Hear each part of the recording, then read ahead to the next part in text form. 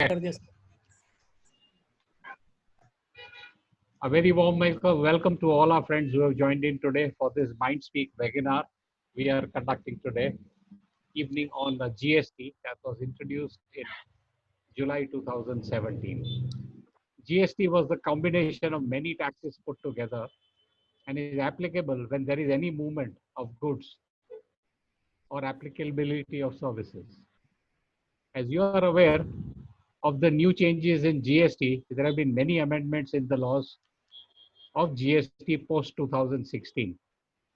If you will not take really cognizance of these changes, your business may land up into many issues and you may not be able to uh, file your returns properly. You will not be able to get full credit of everything that you should expect to get.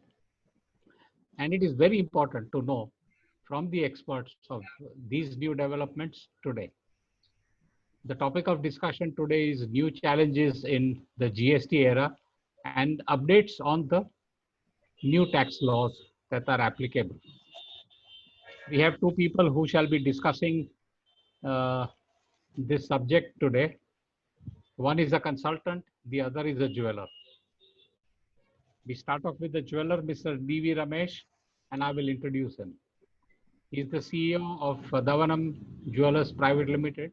He has a rich administrative and operational experience. He's also a chartered accountant and is the backbone of his company in the area of finances and banking. He's associated with his company since 1987 and has 20 years experience in exports and import procedures also. He takes care of the overall monitoring of all the requirements of his group companies. He has a good network with top nationalized uh, managements and he holds honorary posts in many jewelry industry bodies. His management skills and network will help his company to expand and establish their business as a faster phase. He is also involved in charitable activities through the Satya Sai Baba Trust and is instrumental in organizing the COVID relief activity by the trust, where they have served almost 2 lakh needy people. Our consultant is Mr. Bhavin Mehta. He is a chartered accountant from the uh, famous company DC Associates.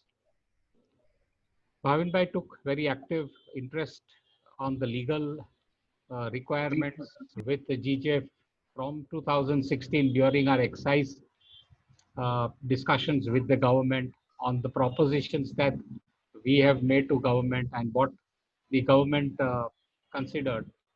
Where I was a member of the high level committee and he has Bhavin Bhai really put in a lot of efforts right from that time, explaining to us fundamentally how excise operated and how we would be able to be absorbed into it and how this whole thing would pass over from excise to GST, which is now something he is handling on a larger scale. He has a tremendous amount of experience on GST and he is actually a well-known name in the gem and jewelry industry across as a very long list of illustrated clients. So straight, I will hand you over to Mr. Bhavin Mehta, who will start the entire thing with a presentation, and I will request Mr. Ramesh Davanam to say a few words and help uh, initiate this webinar. Thank you, Ramesh. Please take over. Welcome all to the today's MindSpeak webinar series, wherein eminent speakers are empowering the trade fraternity in the area of business operations, taxation, and how to handle the business during the uncertainty. The COVID-19 has disturbed both mentally, physically, financially, and we are made to keep idle ourselves. But fortunate enough, with MindSpeak webinar series is able to educate us and use our time very productively. As a part of this webinar series, today we are going to discuss the new challenges post GST era which we are facing, and our good friend, Mr. Expert, Ms. Chartered Accountant, Ms. Bhavin Mata is going to deal with it. I think GST introduction was immense benefit to the economy and especially to our trade, which helped us to seamless movement of goods, opening of shops across country made very easier, and most benefitedly, we are able to get the input tax credit for all the interstate purchases, which we are deprived of during the VAT regime. And also, jewelry trade become more profitable, economical, and attractive across the country. But whenever the new law is been levied, we have few initial challenges about its applicability, understanding, and ambiguity. Though it is almost 3 years of implementation of GST era, our sector is still facing few challenges which is not resolved. Even though the trade body has given a lot of representations, but unfortunately we could get only tidbits of the notifications and reliefs, which is not yet solved. Even though I think we should need to live and we should know how to live with it. We'll be facing the challenges, especially with respect to the participation in the exhibitions, issue of gold on the job work basis, movement of goods on approval basis, and exports. I think today, Mr. Bhavin Mehta ji has made a detailed presentation on section wise and item wise to understand things better. I request you, all of you, to listen this presentation carefully so that a lot of our problems still we are facing can be solved. It can guide us. And if you have any queries, we request you to write in chat box, which we'll try to answer at the end of the session. I think I request Mr. Bhavinji to take over. Thank you, sir. Please start your presentations. Yeah. Thank you, Ramesh ji. First of all, a very good evening to everyone. And I would first of all really like to congratulate the team of Mindspeak. I think Ashok Bhai just informed me that this is the 61st webinar which they are conducting. So it's really commendable that right from the lockdown period, they could really rope in all the best speakers of the industry and really give a lot of information to the entire trade. Secondly, I am again happy that I am been invited again to speak and share my views about the GST. I have really worked with Ashok Bhai, Nitin Bhai, Avinash ji, maybe all the team members of the Mindspeak, and it was really a good time for me, right from the excise to the GST era, or maybe even the hallmarking and all the, in fact, I would say all the challenges which the industry is facing. I'm being made a part of it, and I'm really happy to be a part of the trade industry. Friends, what we can do is in today's webinar, I have divided into two parts. One is what are the relaxations or what are the changes which the government has announced after the COVID has come into the place. And the second part is the ongoing challenges which the gems and jewelry industry still today are facing. Maybe it could be related to job work, or maybe when there is a movement of goods for exhibition, or something like e-way bill, which the Kerala FM is very much behind, that we want to have an e-way bill in place. So that are all the burning issues that we will discuss in the second half or the later half of the presentation. We will start with the first part, where there are some changes which are really very important and which we need to note during this COVID period. So, friends, without wasting much of the time, I think Ramesh ji, should I go in Hindi or English is fine? So both, if you can mix. Both. Okay. So I'll have a blend of it. That's fine. Yeah. Okay. हाँ. So, friends, I think जब से ये COVID announce हुआ है and there is a lot of disruption हो गया है business में, तो practically अचानक ये lockdown आने से मार्च से people were not in a position to really file their GST returns and all that. And there was a very hue and cry that कैसे उनके accountants office पहुंचेंगे, कैसे calculation होगा, क्योंकि at least Feb और March में तो sale हो रहा था, सब कुछ था, फिर भी हम लोग returns भर नहीं सक रहे थे. So the government came out with a situation whereby they are saying कि हम लोग due date extend नहीं करेंगे, लेकिन but we will give you relaxation या conditional waiver देंगे in the terms of reduction in rate of interest and waiver of late fees. So as you can see on the screen, there are different months and due dates and the rate of interest and everything has been mentioned. So I will not be going much into it because most of the people might be aware of it. But in a nutshell, what I could say is the due dates have been, वो सबका जो due dates था return filing का वो government ने same रखा है. उसमें कोई भी चेंजेस नहीं आया है, बट वो लोगों ने रिलैक्सेशन दिया है कि अगर आपने 15 डेज अगर आपका रिटर्न लेट फाइल किया तो there will be no rate of nil rate of interest. 15 days के बाद अगर फाइल किया तो 9% है, and after a cut off date that is 24th of June it will be 18%. So that is how government has divided. They have even have a bifurcated, अगर 5 करोड़ के ऊपर turnover है तो there is a different criteria, और 5 करोड़ के अगर नीचे है तो the criteria is different. As far as the late fees is concerned, the government ने बोला है कि अगर आपने ड्यू डेट के बाद अगर रिटर्न फाइल किया, ड्यू डेट मतलब the stipulated the new date के बाद अगर आपने रिटर्न फाइल किया, तो the late fees will be calculated from the initial due date which the government has mentioned. So these things I think which need to keep in mind, that we have to file the returns within the timelines to avoid, or maybe अगर आपको interest नहीं भरना है, today the interest non-payment of interest is as good as a saving of income. So we need to pay the returns and file the returns by the time. The second part which I would like to take over here is the late fees. Friends, यहाँ पे we need to understand some things.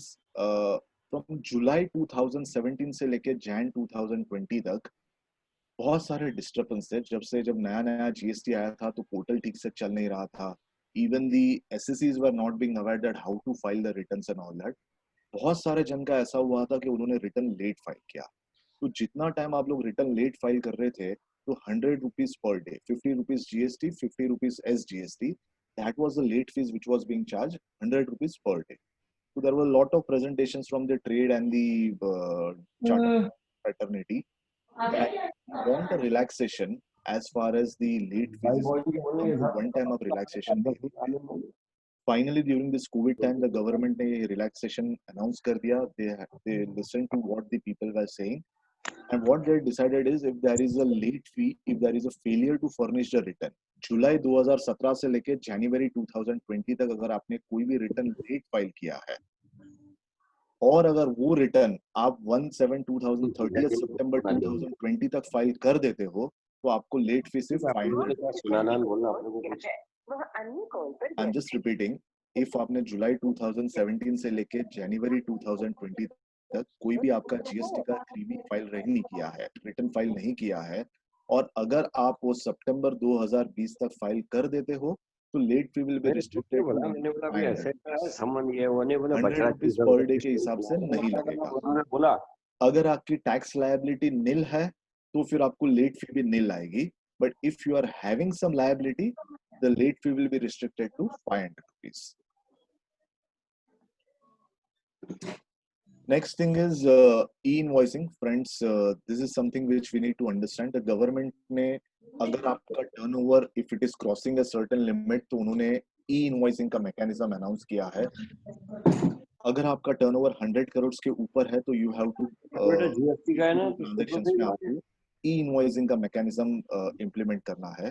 So the first thing what they did is, because of this COVID, ये corona या Covid आने के कारण से उन्होंने वो डेट ऑफ इम्प्लीमेंटेशन को 1 अक्टूबर 2020 तक एक्सटेंड कर दिया है। और जिनके उनका धन्यवाद तो दो प्रभा, अपन उसमें थोड़ा नीचे Nitin ji please mute yourself. Nitin ji please. Sorry. Yeah. So the other thing is that there was an exemption. Government ने कोई इंडस्ट्री को एग्जाम्पशन भी दिया है, लेकिन example like an insurance company और बैंकिंग कंपनी जहाँ पे 100 crore was a very normal turnover, so वहाँ पे 100 करोड़ टर्नओवर एक्सीड होना बहुत सिंपल था। But government has told that in case of insurance, banking, non banking financial institution, GTA, transporter of goods by road, exhibition for films in multiplexes, ये सबको government ने एक specific exemption दिया है that you will B exempted from preparing that e-invoicing. Recently, on 30th of July 2020, the government has increased the limit of 100 crores from 500 crores. जो 100 करोड़ की limit थी, वो गवर्नमेंट ने बोल दिया कि अगर आपका turnover in the preceding year 1920 में अगर 500 करोड़ क्रॉस हो रहा है, तो ही आपको ई-इनवॉइसिंग एप्लीकेबल होगा। ई-इनवॉइसिंग का प्रावधान ऐसे डाला गया है कि if you are making B2B supplies, अगर B2B सप्लाईज है, B2C है, then e-invoicing is not applicable. It is applicable only in case of B2B supplies, which includes stock transfer and branch transfer. Everything is included. In an industry like gems and jewelry, I think 500 crores is not a big thing. As the intrinsic value of the gold is very high and day by day the rate is increasing, so we have many of the people in our industry to whom this e-invoicing will be applicable. The date has been rescheduled on 1st of October, and the government is very much behind this. From 1st October 2020, they want to have e-invoicing for all the jewelers whose turnover is more than 500 CR. Then we have something like an annual return and new returns. So annual return and the audits, due to COVID, the people were not in a position to really file the returns, or maybe the audit could not happen for the year 18-19. So the government has extended the due dates for annual return and the audit for 18-19 to 30th of September 2020. Most probably even these dates will be extended, as still today we are in a lockdown phase only, and it's a partial unlocking, I would say. So I still presume that the government will going to increase this by further, maybe say 3 months. As far as 2000 year, the financial year 2018-19 का सवाल है, तो government ने MSME के तहत ऐसा कहा गया है कि जिसका टर्नओवर 5 करोड़ के नीचे है, उसको ऑडिट करने की आवश्यकता नहीं है. उनको सिर्फ एनुअल रिटर्न फाइल करना पड़ेगा, बट ऑडिट की आवश्यकता नहीं है. So those jewelers who are having a turnover below 5 CR for the financial year 18-19, उसको ऑडिट या GSTR 9C भरने की आवश्यकता नहीं है. This is only for 18-19 and not for other years. The government even started, or they wanted to introduce new returns like Sahaj, Sugam and RET1 from 1st October 2020. But most probably the government announced that they are going to extend it till September 2020 or 1st October se new returns start hoge. But recently, as we have learned from the sources, that the government is planning that they are going to bring out with GSTR 2B. जो GSTR 2 है, उसके साथ GSTR 2B भी आने वाला है, and they are not planning to bring in the new returns. The new returns will be kept on hold, and they will be introducing a new form, GSTR 2B. So GSTR 2B क्या है, वो एक बार आने के बाद ही शायद अपन समझ सकते हैं. But in a nutshell, I will tell you कि GSTR 2B में आपको कौन सा क्रेडिट मिलेगा, कौन सा क्रेडिट नहीं मिलेगा. So what credit is available to you and what credit is not available, that will be auto populated. It will be linked to your 3B और वो 3B में automatic reflect होगा. Today the biggest problem जो हो रहा है ITC में या Senvat credit में, or maybe the credit which you are taking में, यही problem हो रहा है कि सप्लायर आपका रिटर्न फाइल नहीं करता है. आप क्रेडिट ले लेते हो, आगे जाके वो डिसअलाउ होता है, उसने GST भरा नहीं है या उसने उसका रिटर्न ठीक से भरा नहीं है, and because of his wrongdoing our credit is getting disallowed.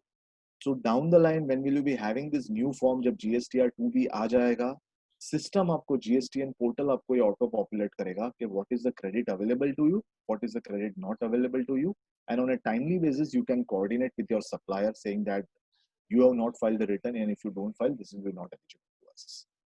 So this is a good initiative. So most probably the new returns like Sahaj, Sugam and RET1, they will be kept on hold, and you will be having the existing system, the return system, which will continue, और उसके साथ में ये नया 2B और ये form add हो जाएगा. One thing regarding the refund, which every people has been asking, कि हमारा refunds में we are having lot of issues. हम लोग refund claim file करते हैं, but the government is not issuing the refunds. So there are some changes or relaxations or clarifications which the government has introduced during this COVID period. अगर आपने GST for example wrong भर दिया है, और या तो आपने excess में भर दिया है, say for example आपको 100 rupees GST भरना था, but through an oversight you have paid 1000 rupees, and that you have done by debiting in your electronic credit ledger. आपके पास जो set off के लिए जो ITC था, उसमें से आपने debit कर दिया है. So what was happening is when you do the audit, or maybe जब आप reconciliation करते थे, आपको पता चलता था कि मैंने ज़्यादा GST भर दिया है, तो you would have make an application for refund claim. So every time when you make an application for refund claim, आपका refund claim reject हो जाता था. The government was saying कि आपको हम वही refund claim दे सकते हैं जो आपने cash में भरा है. If you have paid any excess amount through ITC, we will not refund you. So this time the government has come out with a clarification saying that if you have paid any excess amount, जो अगर आपने गलती से भर दिया है या ज्यादा भर दिया है GST, और वो आपने ITC से भरा है या सेट ऑफ के थ्रू भरा हुआ है, तो वो आपको रिफंड मिलेगा, but that would be by the way of a recredit. आपको कैश में रिफंड नहीं मिलेगा. अगर आपने कैश से भरा है या बैंक से भरा है, तो ही हम आपको कैश रिफंड देंगे. अगर आपने ITC से भरा है, तो हम आपको आपके बुक्स में ITC में रीक्रेडिट देंगे, but we will not give you a cash refund. So this is a very good move. I think बहुत सारे refund claims थे, मेरे खुद के clients के बहुत सारे refund claims अटके हुए थे, after this provision or the notification has come into place, we have got the refund claims, and that's a very good thing, I would say. So same is happening in case of refund of any other amount other than tax paid on zero rated suppliers or deemed exports. So if the officer is satisfied that the amount claimed as a refund is refundable, he will make a refund order and he will give you, अगर आपने cash से अगर आपने भरा है तो proportionate amount आपको cash में refund मिलेगा और remaining amount आपको you will get as a refund by the way of recredit in your electronic credit ledger. So this is a good thing which they have introduced by notification number 16/2020. The other very important thing is ये थोड़ा my friends who are into exports they should concentrate over here. ये 96B एक नया rule है जो उन्होंने introduce किया है, and this is very important. The rule says that if exports proceeds, recovery of refund of unutilized input tax credit or integrated tax paid when exports proceeds are not realized. ऐसा होता है कि आप export कर देते हो लेकिन सामने एक्सपोर्ट करने के बाद आपको वहां से फॉरेन एक्सचेंज आता नहीं है. You don't get the amount or the sale proceeds from the customer to whom you have exported the goods. So the provision ऐसा बोल रहा है when any refund of unutilized input tax credit on account of export of goods or integrated tax paid on export of goods. So there can be two ways of export. या तो without payment export करोगे या तो duty भर के export करोगे. And you make an application for refund और आपको अगर refund मिल जाता है but sale proceeds आपको नहीं आता है within the time limit as mentioned in FEMA, so it is 6 months from the date of export.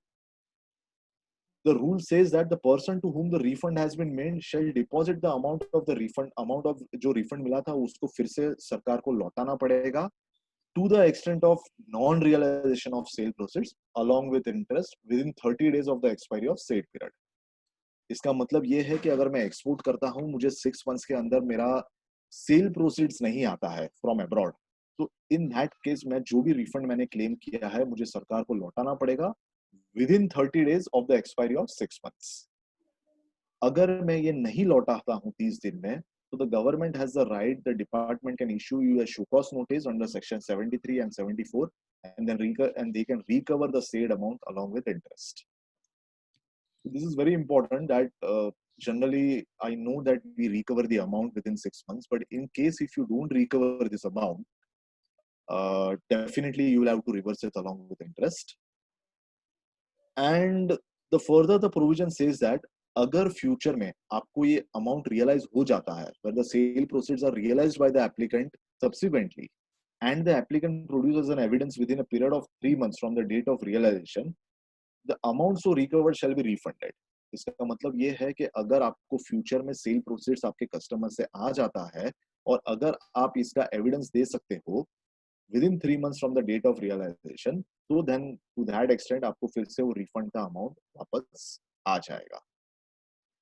I think I have few questions in the chat box I would like to take. What about the 9C for 1920? Okay, so Arpan Goenka is asking, Arpan ji, इसमें ऐसा है कि अभी 18-19 का ही 9C अभी तक file नहीं हुआ है. So once that 18-19 will be filed, then we'll be having a due date for 19-20. And one more thing I am having from Ramesh ji is e-invoice, it is for B2B or B2C. No, it is no. I just clarified. Okay. It is only for B2B. He was asking the PAN number. It is only Correct. for B2B. Okay, yeah, I'll move ahead. So there is one more thing over here. The undertaking, the government has told that जब भी अभी आप refund claim file करोगे आपको एक undertaking देना है. Undertaking में यही लिखना है, I hereby undertake to deposit to the government the amount of refund sanctioned along with interest in case of non-receipt of foreign exchange remittances. If I'm doing an export, if I don't receive the sale proceeds, I am bound. I undertake that I will again return the refund amount which has been granted to. Okay. One more thing which is very important over here is till today, as per the current provisions, what we were doing is कि हम लोग ITC का refund जो लेते थे, जो 2A में अगर मान लो कोई चीज नहीं दिखती थी, नॉर्मली क्या होता था जब लोग आप रिफंड का एप्लीकेशन करते थे, we were filing RFD 01, the department was insisting कि आपको GSTR 2A का एक स्टेटमेंट देना पड़ेगा, इनवॉइस का स्टेटमेंट, एंड दोज इनवॉइसेस जो उसमें रिफ्लेक्ट नहीं होता था उसका अगर आप हार्ड कॉपीज दे दोगे तो we will allow you the refund claim. But as per the new provision from 31st March 2020, they are saying that if the ITC or maybe if it is not reflected in GSTR two-way, you are not eligible to refund to that extent. So previously, on submission of hard copies, the government was allowing you the refund, but now they are saying that if it is not reflected, you are not allowed to refund to that extent. That is what the change has been made. I think we should be careful in this. Yes. Okay. I think if we can, in the chat box, if we can ask some questions which is relating to the current topic, it will be relevant. The general questions which we can have in the later part of the session. Yeah, I'll just move ahead. दोस्तों ऐसा हो गया कि जब lockdown आ गया तो lockdown started somewhere in the month of से मार्च 2020 and अगर आपको किसी को एक्सपोर्ट करना है तो आपको लेटर ऑफ अंडरटेकिंग लेना पड़ता था LUT. This is the same as we had in exercise में, वो सेम प्रोविजन इन्होंने यहाँ पे ये किया था. But just because it was a lockdown, people were not in a position to make an application for LUT, because for LUT you required the digital signature और सबके digital signature perhaps या तो offices में थे या तो उनके consultant के office में थे, and it was a complete lockdown and most of the people were not in a position to make application for LUT. So the government came out with a provision saying that अगर आपका LUT expire हो रहा है 31st March 2020 को, there is no need to worry. The time limit for filing the LUT for 2021, it has been extended to 31st of August 2020. 31st अगस्त 2020 तक आपको पुराना जो आपका LUT है उसमें ही आप एक्सपोर्ट कर सकते हो and you can continue to make exports without payment of tax. जो 2021 में अगर आपको LUT का नंबर डालना है तो you can give the reference number or the ARN number of the 1920 का जो आपका LUT है उसका आप रेफरेंस नंबर देके आप आगे बढ़ सकते हो and that will be treated as valid. So now initially it was 30th of June. By notification number 55 of the 2020 उन्होंने वो टाइम लिमिट 31st अगस्त तक एक्सटेंड कर दिया है. Time limit for claiming refund, even this is very important कि ऐसा हो गया था कि आपके एक्सपोर्ट्स जैन में, दिसंबर, जैन, फेब या मार्च में आपके एक्सपोर्ट्स हो गए थे, but you are unable to file the refund claim. आपको जो रिफंड क्लेम करना था वो आप कर नहीं सक रहे थे, या तो ऐसे बहुत सारे रिफंड क्लेम थे जिसका आपका कट ऑफ डेट वाज मतलब it was expiring on 31st of March, but because of COVID और lockdown you were not in a position to file the refund claim. So even in this situation, the government has given a relaxation that if you are unable to file the refund claim, that time period, which was expiring on 31st of March, maybe it is from 20th of March 2020 to 30th of August, अगर वो time frame में expire हो रहा है, तो it has been extended to 31st of August. So in case अगर आपने कोई भी refund claim file नहीं किया है, because you are not in a position to file the refund claim because of the lockdown, the time limit has been extended to 31st of August 2020. This is very important, I think, friends. ये बहुत सारा issues था. There were a lot of presentations being made, and finally the government came out with this. What was happening is when you wanted to file your return, जब आप 3B file करते थे या GSTR 1 file करते थे, तो in case of private limited companies or public limited companies, you compulsory or mandatory need a digital signature. If you are a proprietorship or a partnership firm, yes, you can do it through that OTP or the EVC. But for companies, there was specifically that you have to insert your digital signature, then only you can file a return. So luckily the government came out with a provision saying that we understand that you are not in a position to reach your office. But yes, what we can do is from 21st of April to 30th of September, if you are filing either your 3B or maybe yes or GSTR1, you can file through EVC. So that is, you will receive an OTP on the registered mobile number, and after you put the OTP, you can file the return. The other thing was in case of filing of nil 3B. So if any people, they are having nil returns, so maybe practically from April, May, all the showrooms were closed, or maybe practically all the businesses were down except for essentials. In that case, most probably most of the people were having nil returns. So the government is saying that if you are having nil returns, we are even giving you the provision that from SMS, through an SMS, you can file your returns. And you need not have the provision of EVC or maybe so the digital signature is not required. There will be an SMS which will be sent to a registered mobile number, and through that you can file your nil returns. They have even defined what is nil return. A nil return shall mean a return that has tax nil or no entry in all the tables of 3B. So this is very important. इसका मतलब ये नहीं है कि अगर आपका cell नहीं है तो उसको नील रिटर्न कहा जाएगा, पूरे का पूरा 3B नील होना चाहिए. कोई एक कॉलम में भी आपका कोई भी अगर फिगर रहेगा तो उसको नील नहीं माना जाएगा. Something like that, you are not having sale, but if you are having purchase, then it will not be treated as a nil return.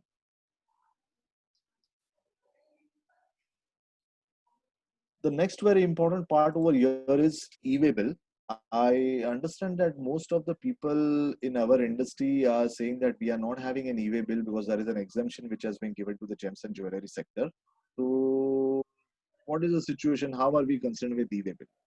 But यहाँ पे एक important part ऐसा था कि if you are having any movement of goods जो आपके यहाँ पे आ रहा था या वो बीच में अटक गया था, say for example there is a furniture or maybe there is any other product which is apart from jewelry and there was a movement जो 20 मार्च से लॉकडाउन के टाइम से चालू हो गया, तो government has told that okay if it is expiring during the lockdown period there will be no interception, or even if it is intercepted it will be treated as the due date has been extended, and finally they have extended, first they extended it till 30th of April, then they extended till 31st of May, and finally now they have extended till 30th of June.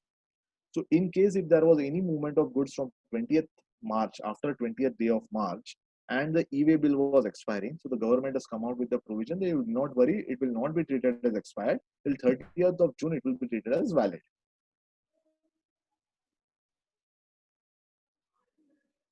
Next point, this is very important. I think friends, यहाँ पे थोड़ा आपको ध्यान देने की जरूरत है. In October 2019, the government came out with the provision. There is a new rule 36(4) जो government लेके आई. What is 36(4) saying that आप जो भी इनपुट टैक्स क्रेडिट लेते हो, द इनपुट टैक्स क्रेडिट लेते हो, मान लो in a month you are taking 100 rupees as input tax credit, but when you go to the portal is showing only 50 rupees.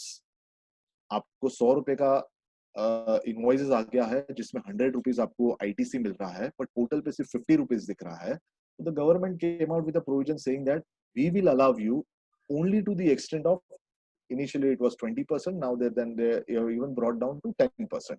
So 50 plus additional 10%, so only to the extent of 55 rupees you will be eligible for the credit. ये October 2019 से ये provision आ गया था. But after the lockdown, practically it was not possible to monitor these things because what was happening is बहुत सारे जन का invoices आपके पास आ गए थे, बट उनको they were not in a position to file their GSTR1. वो लोग GSTR1 फाइल नहीं कर रहे थे, तो GSTR2 में दिख नहीं रहा था. So finally the government has come out with the provision that as far as 36(4) is concerned, for the months of Feb, March, April, May, June, July and August, there will be a relaxation as far as the condition of 10% is concerned, and all that things or all the ITC will be cumulative considered in the month of September 2020. इसका मतलब ऐसा है कि जो भी आपकी credit आ रही है फेब से लेके अगस्त 2020 तक, वो 10% का जो क्राइटेरिया है वो क्यूमुलेटिव सितंबर 2020 में देखा जाएगा, and then the government will decide that whether this eligibility is available, that additional credit is available to you or not. It's a very interesting rule which we need to understand, because a lot of notices are being issued under Rule 36(4). The government issuing ASMT 10 on a regular basis, where they are saying that अगर आपकी credit 10% से ज्यादा आपने ली है तो you are supposed to reverse it along with interest. This rule is also challenged by many people. I think there is some disturbance. Yeah, thank you. So here the government has come out with a provision कि ये जो हम relaxation दे रहे हैं due to COVID, because of COVID, from Feb 2020 से लेके August 20 तक हम लोग ये आपको relaxation दे रहे हैं, और ये जो condition है हम लोग direct September 2020 में आपकी ये applicable होगी. Bhavanji, do you have any table made in this sector to understand? See, currently I don't have a table, but I think this is a very in-depth topic. All I can say is that, say for example, you have a credit of say 10 lakh rupees starting from Feb to August 2020, and on the portal it is being shown only as 8 lakh rupees in the month of September. So the government is saying that you can take only to the extent of 8,80,000 and not the entire 10 lakh. Okay. But the whole idea is, rather than going month wise, the government is told that we will combine all this, and From Feb to August, we will total it and then we'll check in the month of September 2020. Okay. Yeah. So extension in time limit of compliance, even this is the relaxation which the government has given. Normally, all the compliances the government has given the relaxation, say for example, payment to your suppliers within 180 days, job work provisions. से ऐसा हो रहा था कि आपने job work के लिए आपके गुड्स दिए हैं जिसका 1 ईयर खत्म हो रहा था 31st मार्च को and the job worker can not send you the goods और may be the time limit for goods sent on approval. आपने अप्रूवल पे गुड्स भेजा है बट देन 6 months एक्सपायर हो रहे हैं during the COVID period and आपके goods वापस नहीं आ सके हैं. तो government is saying that any time limit और any compliance which is expiring for the period from 20th March से लेके 30 अगस्त तक 31st अगस्त तक हम आपको उसका एक्सटेंशन दे रहे हैं. So this is also a very good relaxation which is required. The next is friends directors remuneration. इसमें बहुत सारा confusion था and finally on 10th of June the government came out with a circular whereby they have clarified that directors remuneration पे GST किसको भरना है या किसको नहीं भरना है. Friends, we need to understand this. The circular was very interesting and then there were a lot of advance rulings which were going on and there were some very faulty advance rulings which would say that on directors remuneration you have to pay and something of that sort. So finally the government came out with a clarification on 10th of June. So directors remuneration I have divided into two parts. One is an independent director who is not an employee of the company. So if there is any consideration which is paid to a director who is not an employee of the company, then there is no employer-employee relationship and the company will be liable to pay GST under RCM. Director remuneration में ऐसा होता है कि director को GST भरने की आवश्यकता नहीं है, कंपनी को अंडर रिवर्स चार्ज भरना पड़ता है. तो if you are making any remuneration या आप कोई भी कंसिडरेशन दे रहे हो to an independent director who is not an employee of the company, so in that case the company will be liable to pay GST under reverse charge. Obviously it will be the company will be eligible to take the ITC of the act. In the second situation, on the right hand side, you can see the director who is an employee of the company, but he can act in two capacities. One, where he is acting as an employer of the employee of the company. In that situation, who will be getting salary as a consideration. There will be TDS which will be deducted under section 192. Income tax में हम लोग TDS deduct करते हैं section 192 में, और अगर TDS section 192 में अगर deduct हुआ है तो employer-employee relationship माना जाएगा और उसके ऊपर कोई भी GST भरने की आवश्यकता नहीं है. बट अगर आप डायरेक्टर को और कोई कंसिडरेशन देते हो या रेम्यूनरेशन देते हो which is apart from salaries, say for example commission or maybe some professional fees or technical services, and you are deducting TDS under section 194J of the Income Tax Act, then there is no employer-employer relationship and again the company will be liable to pay GST under RCM. So the point over here is if there is employer-employer relationship रहेगा तो GST नहीं आएगा और employer-employer relationship अगर नहीं होगा तो GST आएगा under RCM.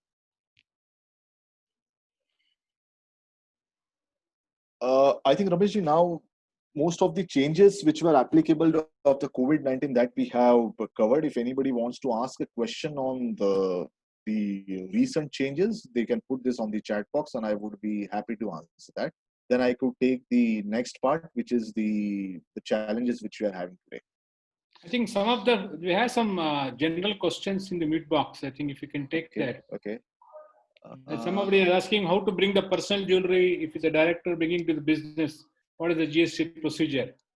So if there is a director, as you are saying, and if he wants to bring the jewelry into his business, so it will be something like you are buying it from an unregistered person.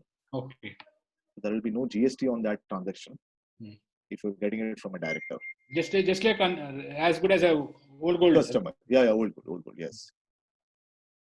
Okay, so now I think we can take this purchase of old gold or jewelry. I think in this COVID era, after there is a lot of people who are asking me that बहुत सारे जन है जो jewellery बेचने को आ रहे हैं, तो what would be the treatment for them और हमें क्या ध्यान में रखना है. There is a very interesting advance ruling Karnataka का है, Atico Gold का. We will even be looking at that, but initially let us take some simple examples and then we'll be moving it to that advance ruling. Yeah, so the interesting part over here is Mrs. A, she is an individual, she is not registered under GST.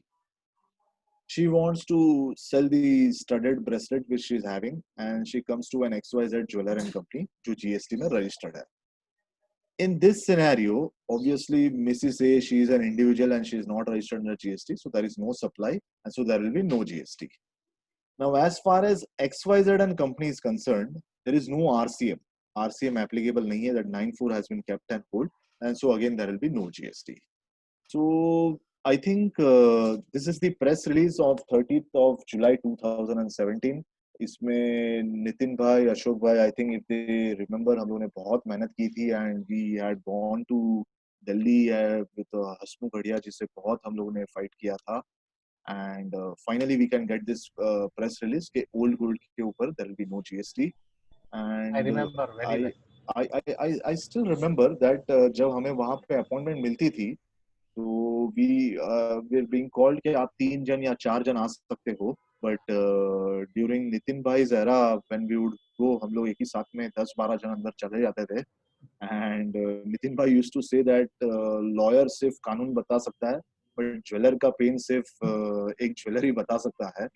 So that is how we used to manage it. But finally, this was a very good breakthrough, I would say.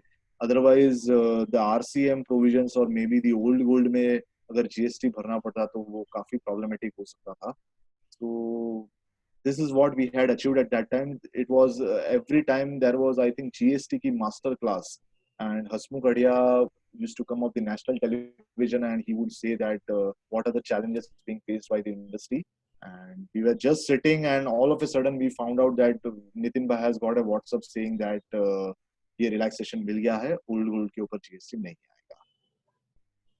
I will take an example. यहाँ पे Mrs. A is an individual, she is not registered under GST. Example को और आगे पढ़ाते हैं. In this example, there is a company by the name ABC जो jewellery में व्यापार करता है, but he is not registered under GST because उनका turnover 20 लाख से नीचे है. He wants to sell the studded bracelet. The company wants to sell. XYZ jeweler के पास आता है. ABC jeweler को कोई भी GST भरना नहीं पड़ेगा because he is below the threshold limit of 20 lakhs, so उसको GST की आवश्यकता नहीं है. XYZ Limited के लिए थोड़ा important है. GST at the rate of 3% will be applicable till 12th October 2017. दोस्तों please try to understand over here. 12 अक्टूबर 2017 तक RCM एप्लीकेबल था. तो अगर आपने ऐसा कोई भी ट्रांजैक्शन किया है जो 12 अक्टूबर 2017 के पहले है, और अगर आपने अनरजिस्टर्ड डीलर से खरीदा है, आई am not saying unregistered individual, but I am using the word unregistered dealer से खरीदा है, तो 3% भरना पड़ेगा. After 13th October 2017, rather after 12th October 2017, the RCM has been deferred and there is no GST. This is again as per the press release stated, 13/7/2017. We take our example even further. There is a margin scheme करके एक scheme government ने announce किया था कि अगर आप second hand goods में dealing करते हो तो आपको जीएसटी पूरे अमाउंट पे नहीं भरना पड़ेगा, मार्जिन पे भरना पड़ेगा. तो it's a very classic example. ये ज्वेलरी से ही एप्लीकेबल है. तो late us go through this. Whether the applicant dealing in second-hand goods is to be paid the difference between the selling price and the purchase price as stipulated in 32(5), if the dealer purchases used or second-hand gold jewelry from individuals who are not dealers under GST, and at the same time at the time of sale there is no change in the form of nature of goods. So in this case what was happening is, एक आदमी है जो उसकी jewellery बेचने को आता है, वो ज्वेलर को बेच देता है, ज्वेलर वो सेम ज्वेलरी आगे किसी और को बेचता है. So he is dealing in second-hand goods, and in this case, the question was, is the jeweler liable to pay GST, or maybe he can go for the margin scheme? पूरे amount पे भरना पड़ेगा या सिर्फ difference पे भरना पड़ेगा? Example लेते हैं थोड़ी clarity के लिए. Purchase of old gold or jewelry from unregistered customer. Again, we have Mrs. A, who is an individual. She comes to sell her 22-carat necklace for 3 lakh rupees. XYZ jewelers के पास आता है जो GST में registered है. XYZ jewellers ए से वो 3 लाख में खरीद लेता है. वो सेम ज्वेलरी या नेकलेस ही is selling for 3,50,000 to ABC jewellers. 3 lakh में ए से खरीदा, 3.5 लाख में ABC को बेचा. So as per the margin scheme, the government is saying that if you are following the margin scheme, you are liable to pay 3,000 only on 3% only on 50,000 rupees. That is the difference. अगर आप margin scheme follow करते हो तो आपको सिर्फ 3% भरना पड़ेगा GST, सिर्फ 50,000 रुपए पे, ना कि 3.5 लाख रुपए पे. So there is a condition: supply made by XYZ Jeweler and Company must be a taxable supply. XYZ Jeweler and Company must be a person dealing in buying and selling of second-hand goods. Second hand goods का मतलब ऐसा है कि वो dealer होना चाहिए, minor processing कर सकता है लेकिन मेल्ट करके ज्वेलरी नहीं बेच सकता है, पॉलिशिंग या फर्निशिंग या ऐसा कर सकता है. And GST has to be paid on this selling price and buying price. Friends, यहाँ पे एक ही सिर्फ ड्रॉबैक है. इस स्कीम तो सबको अच्छा लगेगा कि मेरे को सिर्फ यहाँ पे रादर देन पेइंग ऑन 3,50,000 मुझे सिर्फ 50,000 रुपए भरना पड़ेगा. लेकिन XYZ ज्वेलर जब ये एबीसी को बिल बनाएगा, द ओनली थिंग इज उसका मार्जिन एक्सपोज हो जाएगा, because when he will pay GST on 50,000 सामने वाले को मालूम पड़ जाएगा कि इसका प्रॉफिट मार्जिन क्या है. This is what I am anticipating and why people are not going for this scheme. Let us take an example still further what this advanced ruling of Karnataka is saying. Now in this scenario, पहले Mrs A individual थी, now PQR and company है जो GST में registered है, वो फिर से वो 22 कैरेट का नेकलेस बेचने को आता है. 3 लाख से plus just because they are registered in GST उसको 3% जीएसटी भी लगाना पड़ेगा, तो 9,000 रुपीज दूसरा आ गया. XYZ को बेच रहा है. XYZ is again selling the same necklace at 3,50,000 to ABC Jewelers and Company.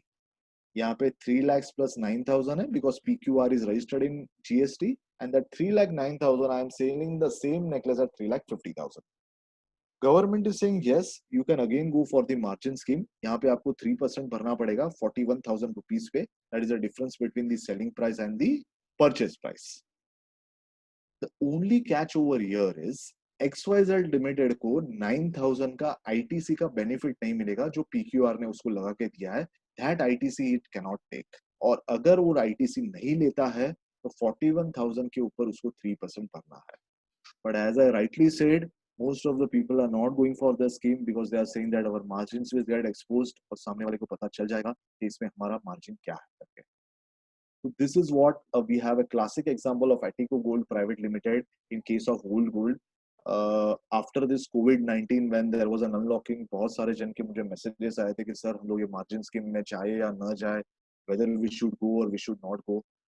Yes, if you people are comfortable and if you are not having an issue and if your margin, अगर आपको ये system applicable है तो yes, you are eligible for this and you can pay 3% only on the differential amount, the selling price and the purchase price. It will be acceptable. Yeah. Okay, people are asking about the gold received by customer for repay through order. I think we can take this later on. In the later part of the presentation, this is available. Okay, I'm just moving further to the next part. I don't know if people are having questions in this gold. They can write or type on the chat box because this is a very interesting topic which many people might be facing during this period. So if you are having any question as regards this, what you can say, the sale of whole gold or something of that sort, please type in your chat box and I can reply to it.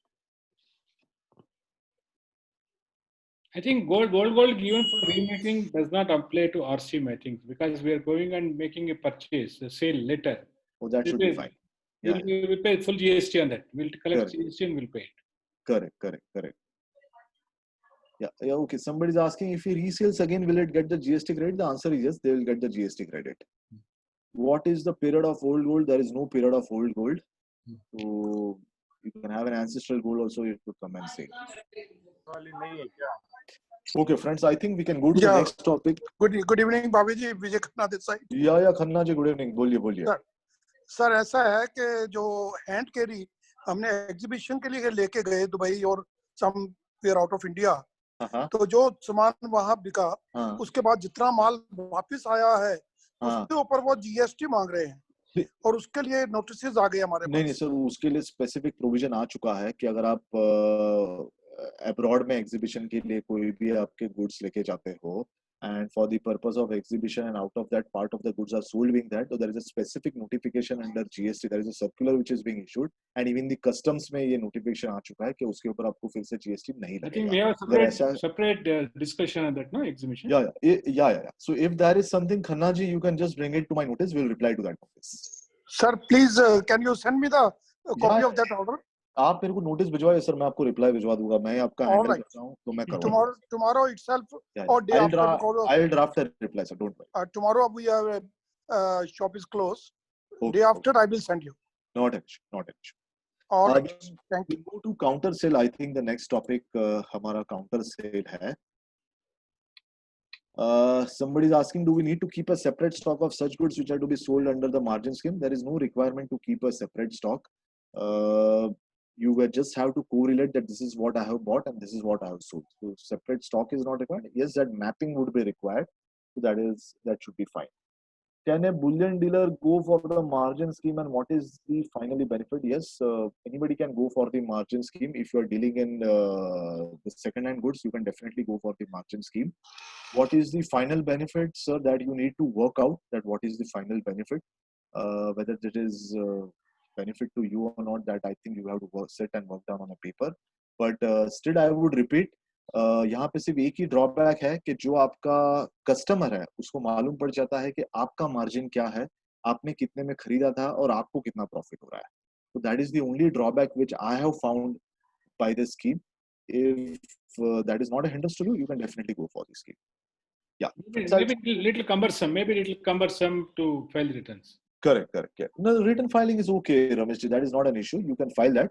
The only thing is your customer will come to know कि भाई ये इसको 50,000 रुपया मिल रहा है और मुझे सिर्फ 10,000 रुपया मिल रहा है.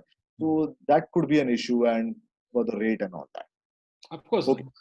Bullion is not second hand. I think somebody is selling how the bullion is defined as. No. Bullion is not second hand. Okay. Bullion. Acha. Right. Yeah. That is also a valid point that bullion is not second hand. But what is second hand in the sense that it should be a used thing. So somebody is having like a jewelry, you can say second hand because they have worn that jewelry and it could be a second hand.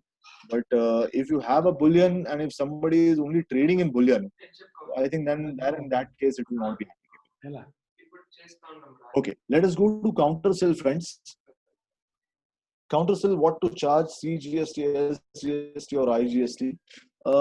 Friends, it has been more than 3 years, but I think still today also people are still struggling कि हमें क्या charge करना चाहिए. I've taken some of the examples. Say for example, the jeweler is in Maharashtra. Customer comes to his shop from Maharashtra. B2C transaction है. Very simple. CGST or SGST of Maharashtra होगा. Again, in the second example, the jeweler is in Maharashtra. The customer comes from Kerala. Again, B2C transaction, CGST plus SGST. Third example, jeweler is in Maharashtra. Customer comes from Kerala. He has a GST number. It's a B2C. It's a B2B transaction. In this case, it will be IGST. In the last example, jeweler is in Maharashtra. The customer comes from USA. He's a foreign tourist. He comes on a visit to Mumbai and he wants to buy a jewelry. It's a B2C transaction. But here also again, in spite of being a B2C transaction, you have to charge IGST. There is a specific provision under the IGST Act which says that in case of a tourist, you have to charge IGST and not C plus SGST. Friends, the challenge over here is the GST is a destination-based tax. Many people are asking कि हमारे shop में tourist आता है, so what are the documents which we should collect from a tourist? How do we come to know that he is a tourist? Is only a passport copy enough, or maybe what are the additional documents which we should ask a tourist which should give us? In my opinion, friends, कि अगर आपके यहाँ पे अगर कोई tourist आ रहा है तो आपको passport के copy के साथ visa का भी copy लेना चाहिए, which proves that he is a tourist, and only passport copy is not enough. Refund to tourists, this is something which we have already made a presentation to the government, that in case if a tourist comes and if he goes to the airport and if he wants to claim a refund of the GST which he has paid over here, be eligible or not. There is a provision in the law, but unfortunately those provisions are not being activated, and today the customs are not geared up, or maybe we don't have a provision on the customs whereby these refunds are being given to the tourist. Yes, I think a lot of industry have made a presentation for this. and down the line we could see a situation where the refund will be available to the tourist if they buy the jewelry from them. But currently it is not available. Goods sent on approval, I think this is what many people have been asking me कि Bhavin bhai इसमें कैसे approval में भेजना है, what are the documents to be prepared, and still today we are having challenges, such problem हो रहा है तो हम क्या करेंगे? Okay, let us take that.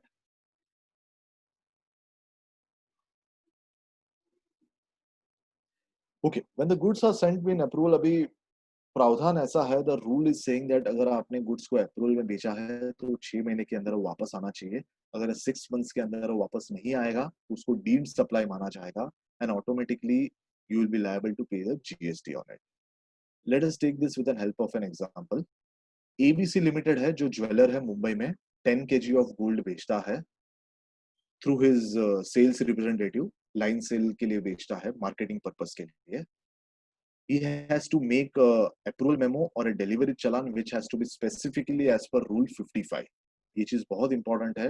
अगर आप आपके मार्केटिंग एग्जीक्यूटिव के थ्रू अगर कोई ज्वेलरी बेचते हो for the purpose of line sales और may be for the purpose of approval, you have to prepare a delivery challan which has to be under rule 55. दो सिचुएशन हो सकता है, या तो आपकी ज्वेलरी एक्सेप्ट हो जाएगी, वो सामने वाला रख लेगा, या तो एक्सेप्ट नहीं होगी. अगर एक्सेप्ट नहीं होती है तो 6 महीने के अंदर वापस आना चाहिए, और अगर एक्सेप्ट हो जाती है तो the good should come back with in 6 months.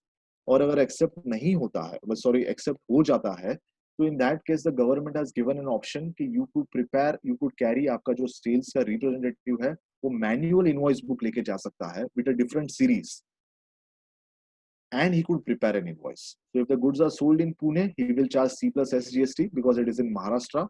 And if the goods are sold in Delhi, he will be charging IGST. And that is how the transaction will end. I think मुझे यहाँ पे फिर से याद है कि we had made a lot of presentation and it was a day of Dhanteras जब ये circular बाहर आया था. This circular was being brought specifically for the gems and jewelry industry. If you read this circular, उन्होंने लिखा है कि ये हम लोग ज्वेलरी इंडस्ट्री के लिए लेके आ रहे हैं. And I still remember this time कि we all were very happy. Otherwise ऐसे होता था कि अगर आप मान लो यहाँ से goods लेके जाते हो, you are taking it to Rajasthan or maybe you are taking it to Delhi, और वहाँ पे अगर आप कोई goods करते हो तो पहले आपको casual taxable person का वहाँ पे एक separate number लेना पड़ता था और फिर ही आप सेल कर सकते हो. But after the circular coming into the place, life has become much simple. आपका जो sales representative है या marketing representative है, he has to only carry a manual invoice book which will be having a different series, and he can prepare a invoice, वहाँ का वहाँ invoice बना सकता है और वो customer को दे सकता है. आपको separate number लेने की आवश्यकता नहीं है. I think there are some chats which are coming. Okay. So yeah, there is a very common question which people are asking कि अगर हम approval या marketing purpose के लिए लेके जा रहे हैं तो either it is by train or maybe by flight or maybe by road, जो बस से जाता है, हमें क्या क्या डॉक्यूमेंट्स कैरी करने हैं. बिकॉज बहुत टाइम ऐसा होता है कि हमारे को बॉर्डर पे या may be on the check post हमारा मार्केटिंग एग्जीक्यूटिव को ये लोग पकड़ लेते हैं and they are saying that you are not having the documents, और सीधा वो लोग इनकम टैक्स या जीएसटी को खबर करते हैं and the goods are being seized. According to me, what you should really do is you should have a delivery challan under section 55. The authority letter which you have given to your person, ABC आदमी जो भी आपका आदमी जा रहा है उनके नाम पे authority letter होना चाहिए. आधार कार्ड, पैन कार्ड होना चाहिए उसका उसके साथ में जब वो पकड़ा जाए. Plus at the same time जो भी डिलीवरी चलन आप बनाते हो उसकी एंट्री आपके स्टॉक रिकॉर्ड्स में होनी चाहिए. What most of the people are doing is कि डिलीवरी चलान तो बना डालते हैं लेकिन उनके स्टॉक में से उतना गुड्स कम नहीं करते हैं. They are only preparing the delivery challan और डिलीवरी चलान बना के भेज देते हैं. डिलीवरी चलान में अगर आपने 10 किलो का माल अगर आप एबीसी आदमी के थ्रू भेज रहे हो, आपके स्टॉक के रिकॉर्ड्स में वो डिलीवरी चलान का नंबर होना चाहिए और उतना स्टॉक कम होना चाहिए. If that is the scenario and if your goods are being caught, और अगर वो आपके goods नहीं छोड़ रहे हैं, we can definitely fight out this case. In most of the cases which has come to me, what I have found is सबसे पहले तो वो लोग चलान ही नहीं होता है, उनका डिलीवरी चलान नहीं होता है. एक लेटर हेड के ऊपर कुछ तो लिखा हुआ रहता है कि हम ऐसे ऐसे भेज रहे हैं. They never prepare the delivery challan. which is very, very, very important. The second thing is they are having उनका जो आदमी होता है उनके जो भी डॉक्यूमेंट्स है या जो प्रूफ है वो कभी-कभी वो प्रूफ भी एडिक्वेट नहीं होते हैं which proves that he is in connection with this company. ये कंपनी से वो आ रहे हैं तो ऑब्वियसली वो लोग बोलेंगे कि ये चोरी का माल है या something of that sort and then they report it to the either to the local police or maybe they take it this matter to the income tax and the GST. So in this case what I would suggest is कि you have all these documents plus the entry in your accounting records. आपके stock records में वो entry minus होनी चाहिए, then I think nobody can catch you. When we don't know the buyer in line sale whose name the delivery challan has to be made. Okay, in this case the delivery challan has to be made in the name of your person. There are even questions which people say कि my marketing representative वो 2-3 state cross करता है, आज वो गुजरात जा रहा है, 7 दिन के बाद वो राजस्थान भी जाएगा, वो वापस नहीं आता है, वहीं से वहीं निकल जाता है. In that case everything has to be mentioned over that. Somebody was even asking me a question कि सर कभी-कभी ऐसा होता है कि मेरा आदमी होता है वो हैदराबाद में है, अचानक फोन आ जाता है, इज इन तेलंगाना और आंध्र में से एक बायर का फोन आ जाता है तो मैं उसको अचानक बोल देता हूँ यहाँ से तुम यहाँ पे चले जाओ, बट उसके पास तो रहता नहीं है तो क्या करे. In that case friends you need to be careful. whatever permutation combination आप जो सोच रहे हो, the whole idea is whenever he is being caught or whenever he is being intercepted उसके पास delivery चालान होना चाहिए जिसमें उसका नाम लिखा होना चाहिए और प्लस लिखा होना चाहिए कि वो कहाँ कहाँ जा रहा है. So if he is going to Telangana या हैदराबाद already आपने एक वाउचर बनाया रहेगा, but now if he wants to go to Andhra or maybe Vijayawada, definitely you need to have a new चालान और न्यू चालान उनके पास होना चाहिए when he is being intercepted or caught. अगर वो नहीं होगा और आप सिर्फ वर्बली बोलोगे तो कोई फिर वो मानेगा नहीं. Now there is one more question which people are asking, how to get the GST input of hotel expenses while traveling to other states. Arpan ji, I would like to mention over here is अगर आप दूसरे state में आप जा रहे हो exhibition के purpose के लिए और अगर आपने वहां पे नंबर लिया है कैजुअल टैक्सेबल पर्सन का तो फिर वो स्टेट का आपको आईटीसी मिलेगा. लेकिन अगर आपके पास वो स्टेट का नंबर नहीं है तो आपको आईटीसी नहीं मिलेगा. But can you not take as a business promotion expense if you get the bill in the name the company name with GST number? Can we take the credit? No, Ramesh ji, the problem over here is in case of hotel accommodation, what they charge is the CGST and SGST of a particular state. Say for example, you are in Bangalore and you come to IIGS for an exhibition which is in Mumbai. So when you stay in Marriott or maybe the Westin or any of the hotels which are located adjacent to the Nesco ground, in that case they will be charging you CGST plus SGST of Maharashtra. So that CGST and SGST of Maharashtra, you cannot take as an ITC against the Karnataka CGST or SGST or IGST. So the fungibility of the credit is restricted to a particular state. You cannot use the CGST and SGST of Maharashtra against CGST and SGST of Karnataka. No, but if I get the bill in the name of my company down with my then they'll charge IGST, no? Then they can no, they will not charge you IGST, irrespective of if you give the name of your you give the GST number and if you give the name of your company also, they will charge you CGST and SGST also. They cannot charge you IGST because as per the place of supply, the service has been given in Maharashtra and so they charge you CGST and SGST of Maharashtra. So that is very important and we need to take care of this. Now some Uma Shankar ji is asking if we send goods through someone who is not in our employment register.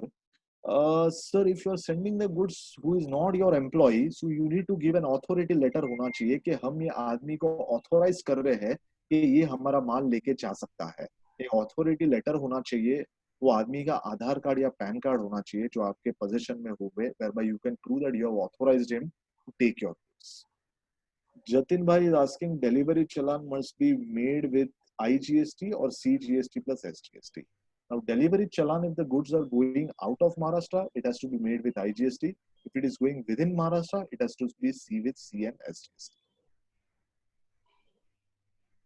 Right, so I think we can move ahead to the next slide. Arpan ji is asking, casual GST number is compulsory or not for B2C exhibition? Sir हम लोगों ने बहुत मेहनत किया, आप क्यों ये casual GST number लेते हो? आई थिंक नितिन भाई, अशोक भाई, they all will be saying कि इतना मेहनत करने के बाद भी सब लोग क्यों कैजुअल नंबर ले रहे हैं. So I think that has been specific provision that if you take your goods And if you have that circular 10/10/2017, you can follow that. You can take the challan book or maybe you can take the invoice book. अगर cell होता है तो आप invoice बना दीजिए वहाँ पे. Bhavesh Shroff is asking that seller in Maharashtra sends the goods through insured courier to Jalgaon due to non-availability of insured courier services at buyer's place, MP. Okay, and the buyer collects the goods from Jalgaon and brings to registered place for resale. The invoice is in the name and the registered address of the buyer along with MP GST number. What should charge? Bhavesh ji, I think मैं आपका query शायद समझ नहीं पा रहा हूँ. What you can do is तो maybe state में जा रहा है. I'm not understanding. The seller is in Maharashtra. He is sending the goods through the courier services to Jalgaon. So Jalgaon seller is Maharashtra, buyer is also in Maharashtra. Due to non-availability of insured courier services at the buyer's place, MP. I think. Sir मैं बोलूं क्या? भावेश बोल रहा हूँ. हाँ sir, actual में problem ऐसा है, अब मैं मुंबई से माल कलेक्ट करवाता हूँ एज कोरियर. अब एमपी में मैं जहाँ रहता हूँ, जिस प्लेस पे रहता हूँ, वहाँ कोरियर फैसिलिटी नहीं है, तो वो कोरियर जलगांव तक आता है. अब जलगांव से मेरा पर्सन जाके कलेक्ट करता है और मुझे बुरहानपुर में डिलीवर करता है. ठीक है. तो बहुत सारे होलसेलर हमको कहते हैं कि सर हम CGST SGST लगाएंगे, बट मेरा रीसेल तो एमपी में हो रहा है. नहीं, आपके जो सेलर है वो भले आपको डिलीवरी जलगांव में कुरियर ऑफिस तक ही दे रहे हैं, but he will have to charge you IGST. वो बिल पे क्या लिखते हैं? जब मैं अगर आपका सेलर हूँ तो मैं बिल पे क्या लिखूंगा? बिल पे मेरा नाम आ रहा है. हाँ, आई विल बी राइटिंग भावेश भाई MP, मतलब जो भी आपका and GST number. and the GST number. Then IGST, then you should charge only. You should charge IGST. एकदम पर्सनलाइज क्वेश्चंस जो है ना सर, हाँ सर, वो आप यहाँ नहीं डिस्कस कर सकते. आपके पर्सनल क्वेश्चन अगर है तो आप डायरेक्टली भाविन भाई को कॉल करिए, मैं आपको नंबर दूंगा उनका, क्योंकि अपने को समय पे काम खत्म करना है. प्लीज. Okay sir. या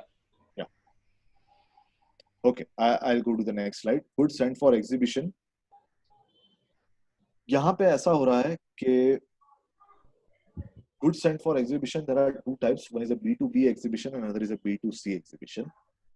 In case of B2B exhibition, if you are coming and participating something like in an IIJS या GJS या ऐसे कोई show में आप participate कर रहे हो, and if you are coming for an exhibition, the only document which you need to prepare is a delivery challan, which has to be as per Rule 55 and has to have an address of the exhibition center. I think there is some disturbance. Avinash ji, can you mute them? Yeah. In case of B2C, अगर आप कोई B2C exhibition में part लेते हो तो आपको delivery चालान चाहिए as per Rule 55 with the address of the exhibition center, and you even need an invoice. अगर आपका exhibition center पे sale हो जाता है तो you carry a manual invoice book, you prepare an invoice over there, and that is allowed as per circular number 10/10/2017. E-way bill, friends, I think थोड़ा यहाँ पे light डालना जरूरी है. This is very important. E-way bill, हालांकि अभी E-way bill अपने को applicable नहीं है, but there are some points which we need to understand. E-way bill is not required for the movement of goods falling under chapter 71. Jewelry के लिए E-way bill नहीं है.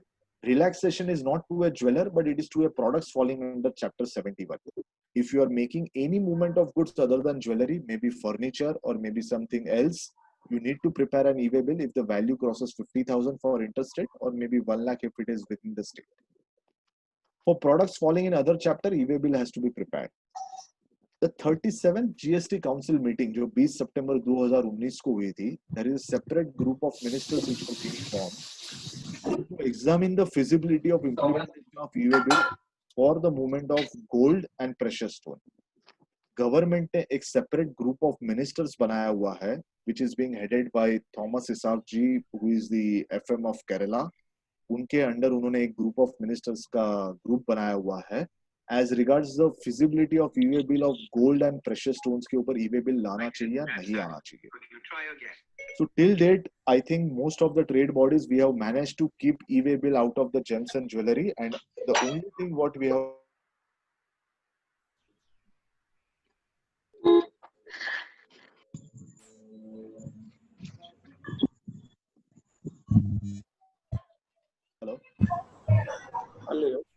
am I audible, sir? Yeah. Yes. Okay. So till date, I think we have been citing कि security का एक ही कारण है जिसके वजह से हमें e-way bill नहीं आना चाहिए. But as you are aware, seeing the current scenario और जो भी recent scams हो रहे हैं, and maybe the Kerala FM is very vocal. Sooner or the later, I think e-way bill is going to come for our sector. But I have many questions over here that exactly is the e-way bill or maybe the trade really geared up for e-way bill? Even today, the karigars or the job workers, they are even struggling for delivery challans. They are not in a position to make the delivery challans. I really doubt that how they could be prepared or maybe make the e-way bill, which has to be on a real-time basis. And what would be happening in the case of, say, exhibitions or the line sale movement? How would we prepare the e-way bill? ये जो challenges है जो very specific जो हमारे industry के लिए ही है, बाकी सब industry के अलावा we are very specific. We have majority of our trade which works on Angadiya. How can an Angadiya, you just imagine that somebody is going from Javeri Bazaar, he will catch a train from Bombay Central, he will be getting down to a station, वहाँ से वो auto rickshaw या bus में बैठेगा या taxi में बैठेगा, and then he might be reaching to some other location. So this is really challenging. I don't know how that e-way bill is going to be implemented. We have working with a labor intensive industry जहाँ पे एक jewellery बनाने को 3-4 जगह पे अपना same jewellery को move करना पड़ता है. And I think it is really a challenging thing for our industry where e-way bill if it's being introduced, it is going to be a really challenge for us. So I would really urge again the trade, maybe the trade bodies that they keep their momentum and the presentation maybe pressure build up karte rahe, and we keep on making presentations to the ministry saying that this is not acceptable to our industry. So Ashok bhai, I think this is something which we need to highlight, and maybe we need to take it further to the ministry and the government that e-way bill is something which is not acceptable to us. Okay, the next point which we want to take is job work. I think this is a very interesting topic, and I think in the past, maybe during this lockdown period, I had a separate session only on job work for 3 hours. I had a webinar where we were speaking on job work. So this is a very vast topic. But what I have done is I have tried to cover the most sticky points or the challenging points which our jewelers are not following even today also. So what is job work? Friends, section 268 में job work को define किया गया है. Any treatment or process undertaken by a person on goods belonging to another registered person, it will be treated as job work. अगर आप कोई भी treatment या process on goods belonging to another registered person करते हो, तो ही उसको job work माना जाएगा. अपन एक example ले लेते हैं. XYZ कंपनी है, 24 कैरेट का गोल्ड देता है जॉब वर्क करने के लिए ABC को, दोनों रजिस्टर्ड है GST में. ABC कंपनी जॉब वर्क करेगा और 5% लेबर चार्ज पे लगाएगा. Very simple. Let's take an example still further. Mrs. A है, जो GST में registered नहीं है. She comes with a 24 carat gold bar and she is saying that I want to make a gold ring. वो jeweler के shop पे आ जाती है, ABC के यहाँ पे, and she is saying that I am giving you this gold bar of 24 carat. You make a gold ring out of this and you charge me the labor charges. In this case, ABC will be charging 18% and not 5%. इसके पहले के example में दोनों registered थे, इसके लिए उन्होंने 5% लगाया. यहाँ पे A अनरजिस्टर्ड है, so ABC has to charge 18%. Third example, PQRN company है जो GST में रजिस्टर्ड नहीं है, 24 कैरेट गोल्ड देता है ABC कंपनी को, बोलता है कि मुझे इसमें से ज्वेलरी बना के चाहिए. Again in this case, GST will be 18% and not 5%. This is as per the clarification issued by the government on 22nd of November 2019. Circular number 146 आया है जो एकदम क्लियर कट बताता है अगर आप रजिस्टर्ड पर्सन के साथ काम करते हो तो 5% आएगा, आप अनरजिस्टर्ड के साथ काम करते हो तो the labour charges will be 18%. Okay, we move to the next part. Very important, friends. The principal who sends the inputs or capital goods without the payment of tax to a job worker, he will be treated as a principal. Principal can send inputs, capital goods for job work, and from there he can send it to another job work. अगर आपने एक job worker को भेजा है, आपको दूसरे process के लिए दूसरे कारीगर को बेचना है, वहीं से भिजवा सकते हो without payment of GST. Intimation for the same has to be given. अब ये इंटीमेशन कैसे दिया जाएगा? इंटीमेशन देना तो आवश्यक है, लेकिन intimation would be by the way of filing of GST ITC 04। So the condition is you can send your inputs for the purpose of job work, लेकिन आपको इंटीमेशन देना पड़ेगा, and intimation is by the way of filing of GST ITC 04 return. What is ITC 04? We'll see in the next slide. Responsibility of keeping proper accounts of inputs or capital goods shall always lie with the principal. Inputs or capital goods shall be sent to a job work under the cover of a challan issued by the principal. The challan has to be issued when the inputs or capital goods are sent directly to the job work. Let us see what is ITC 04. This is very important, friends. ये मैंने एक extract लिया है column number 4 का, जो ITC 04 का return है, जो प्रिंसिपल को भरना है, जो कारीगर को माल बेचता है उसको ये ITC 04 भरना है और उसको ये सब कॉलम्स फिल करना होगा। तो column number 4 is very important. You have to give the name, GST number of the job worker, challan number and date, what are the goods which you are sending, quantity, value, type of goods, and what is the rate of GST, 3% है या जो है, what is the CGST, SGST or IGST. The important part over here is multiple entry of item for single challan may be filled. इसका मतलब ये हो गया कि अगर आप एक चालान में गोल्ड के साथ डायमंड्स भी बेचते हो तो आपको गोल्ड का अलग एंट्री करना पड़ेगा, डायमंड का अलग एंट्री करना पड़ेगा। If you are sending only gold, then the single line item will come. But if you are selling along with gold, diamond, alloy or precious stones, semi-precious stones, so you have to keep on adding the multiple line items और आपको यहाँ पे उसका detail mention करना पड़ेगा। One more interesting thing over here is at times people over send the accessories भी भिजवाते हैं कारीगर को, so whether that has to be entered over here. Say for example you have a necklace and you have a thread or a string over there which you are sending it along with it. So the answer is के do we need to have an entry for that also? Strictly legally speaking the answer is yes, but if we could make an entry for the other items, I would say that would suffice our purpose. अगर आप diamond, semi precious stones और gold का भी entry करते हो, it will be more than enough. I think the other part would be a very negligible amount. ये आपने जो इशू किया वो पार्ट हो गया. Let us go to the receipt part which is given in column number 5. Let us go to each and every column. GST आपको डालना है जॉब वर्क का. चालान number issued by the job worker under which goods have been received back. आपने 100 ग्राम सोना issue कर दिया, कारीगर से आपको सोना वापस आ रहा है, तो कारीगर का जॉब वर्क का जो कारीगर है उसका जो चालान नंबर है वो आपको यहाँ पे मेंशन करना है. Challan number, date, description of goods, quantity, original challan number under which the goods were sent for job work. आपने चालान नंबर 1 में 100 ग्राम सोना भेजा था, वो आपको चालान नंबर और डेट यहाँ पे लिखना है. Mapping is required.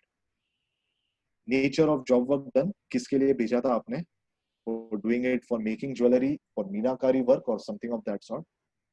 Losses and wastage. Very interesting, friends. Here we need to understand.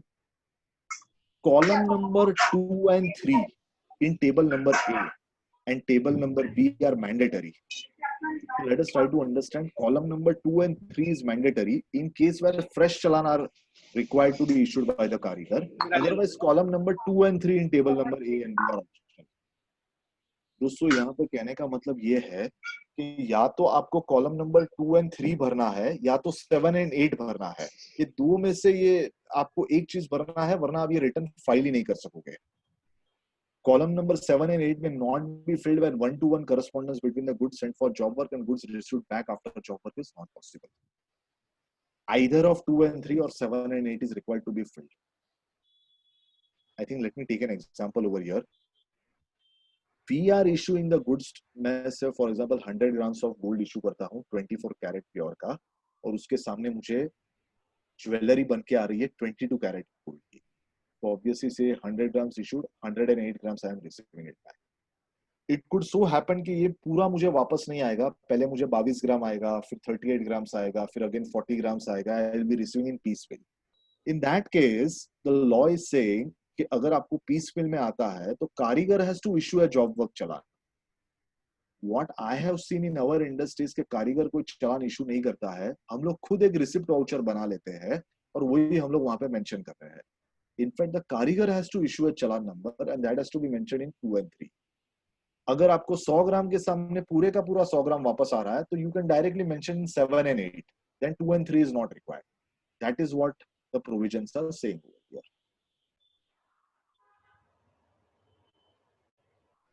This form is really complicated, friends. I can understand from our industry point of view, where it is very much labor intensive hai, and where majority of the people who are working with us are unorganized and they are not having proper accounting basis and all that.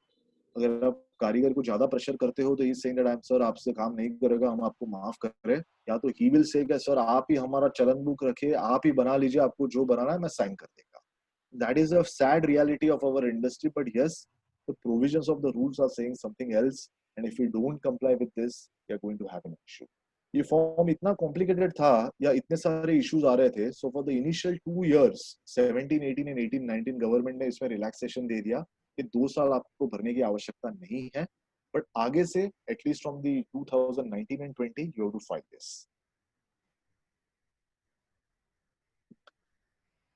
यहाँ पे उन्होंने 2 option दिए हैं. अगर principal कारीगर को माल बेचता है और सेक्शन 143 फॉलो करता है, मतलब अगर आपको विदाउट पेमेंट ऑफ ये करना है, 143 फॉलो नहीं करता है, sorry, and if you are paying GST, तो आपको आईटीसी 04 भरने की आवश्यकता नहीं है. But if you are sending it to a karigar and if you are following 143, तो आपको आईटीसी 4 भरने की आवश्यकता मैंडेटरी है. तो यू हैव अ चॉइस कि अगर आपको कारीगर को माल बेचना है and you want to send it under a delivery challan जहां पे आपको जीएसटी नहीं भरना है, तो आपको आईटीसी 04 भरना पड़ेगा. और अगर आपको आईटीसी 04 नहीं भरना है, तो आप कारीगर को जो भी माल भेजोगे आपको जीएसटी भर के बेचना पड़ेगा. इसका मतलब ये हो गया कि अगर मैं 100 ग्राम सोना कारीगर को बेचता हूँ और मैं 3% जीएसटी लगा देता हूँ, then I did not file ITC 04, फिर उसमें प्रॉब्लम नहीं है. But in this case the job worker should be ready to absorb the tax structure of 3%. कारीगर मानना चाहिए, वो बोलेगा सर आज मेरा टर्नओवर मान लो 50 लाख है, अगर मैं आपका प्रोसीजर फॉलो करता हूँ तो मेरा 2.5 करोड़ टर्नओवर हो जाएगा. I will be subjected to audits, I will be filing the annual return. ये सब पेपर वर्क हमसे नहीं होगा सर, तो बेटर है आप विदाउट पेमेंट ऑफ जीएसटी मुझे फाइल कीजिए, जो भी पेपर वर्क करना है आप कर लीजिए sir. So what is the due date for ITC 1920, sir? So 1920, see, generally the date is, it is 25th after you complete the quarter, April to June, it is 25th of July. And so it is 25th of the subsequent quarter, I could say. But currently, due to COVID-19, they have given this relaxation, and maybe it has been extended to 31st of August. That is for entire year we can fill in 31st August, sir? Sorry, yeah. Okay. So I have highlighted some of the challenges over here. What if the treatment or process is done in goods belonging to unregistered person? What will be the GST rate? In this case, if you are doing it a job work for an unregistered person, yes, there is a separate category. They are saying that manufacturing activities on physical inputs owned by others, but the rate of GST here will be 18% and not 5%. Can the job worker, in addition to goods received from the principal, use his own goods for providing the services? Yes, ये हो सकता है. आपने 100 ग्राम सोना दिया है, alloy is being used by the कारीगर, he can add his own goods and he can do the job work. Will repairing, testing or hallmarking be also be treated as job work? In my opinion, repairing has a separate category, testing and hallmarking are separate categories, and it will be charged at 18%. It will not be treated as job work. Is filing of ITC 04 compulsory? वो बहुत सारे questions आते हैं when I go for webinar or when I go for a seminar on a pan India basis. People ask, sir ITC 04 file नहीं किया, government क्या कर सकता है, हमको क्या होएगा, क्या penalty है? So the answer over here is yes. ITC 04, they have given a provision. It is as good as an intimation. So if you don't file this ITC 04, it will be treated as you have not given an intimation, and the penal provisions will be applicable. What documents are required to be maintained in case of job work transactions? Yes, there should be a separate register. Normally मैंने देखा है कि most of the jewelry community में ऐसा हो रहा है कि they have a कारीगर का उनका एक ledger होता है, which they do that accounting या उनका settlement होता है at the end of the year. And after the end of the year, they have a settlement account and they close it. But yes, if you want to file this ITC 04 register, आपको yearly basis में settlement ledger नहीं चलेगा. You will have to go by the challan to challan basis, and that mapping will be required. and you have to maintain a separate register whereby the challan wise movement have to be traced, and you have to keep on closing that. One question I have. In the process of a job work, if somebody is giving gold to his karigar or his company to manufacture, and if he is melting the gold, and then he is melting the bars and then handing over the gold, will still 18% be applicable? No. So now you are saying that if somebody gives a gold to the karigar and he melts it or he refines it, I would say that way. No, not refines.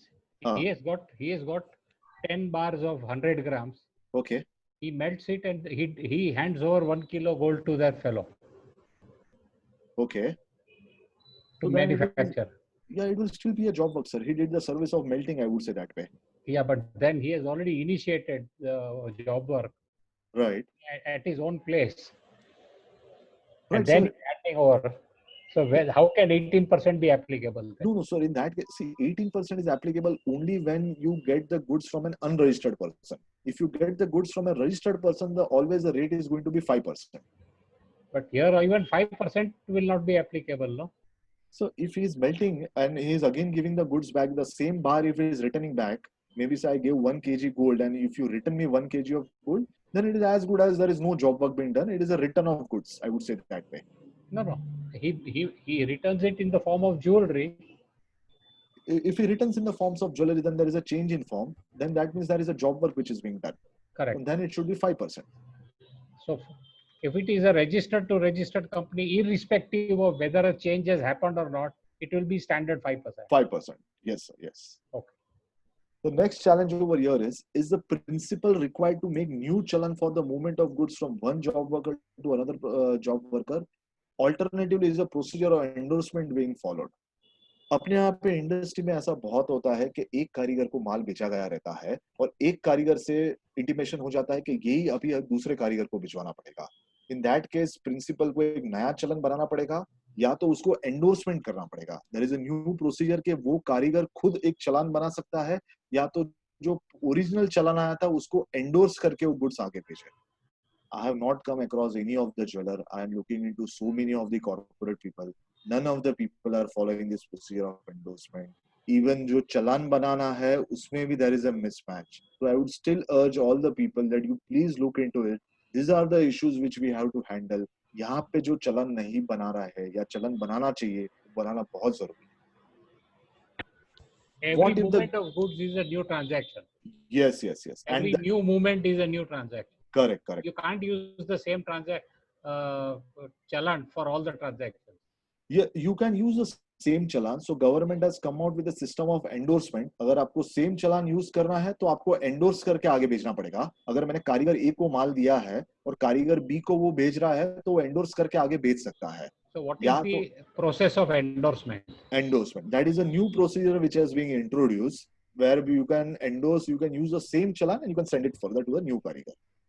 So what have you to do to endorse it? You have to just put a stamp and being said that the goods received from ABC and company are being sent for the purpose of further job work. This is only for the purpose of job work, nothing else. Only for the purpose of job. It can't be a delivery challan for moving around goods. No. Only for job work. Correct. Yeah. Bhavin भाई. हाँ नितिन भाई. वो जो job work का 18 और 5% का confusion था, still there और इट इज गॉन? नहीं, इट इज गॉन. वो हम लोगों ने फाइनली जो वहाँ पे मिनिस्ट्री में ये किया था, फिर उन्होंने एक सर्कुलर लेके आया, सर्कुलर नंबर 126. तो उन्होंने अभी एक सिंपल कर दिया है. अगर अनरजिस्टर्ड के पास आ रहा है तो 18% है और अगर रजिस्टर्ड के पास से आ रहा है तो 5% है. तो वो अभी उन्होंने क्लैरिटी दे दिया है. लेकिन सर्कुलेटेड दिस एनीवेयर.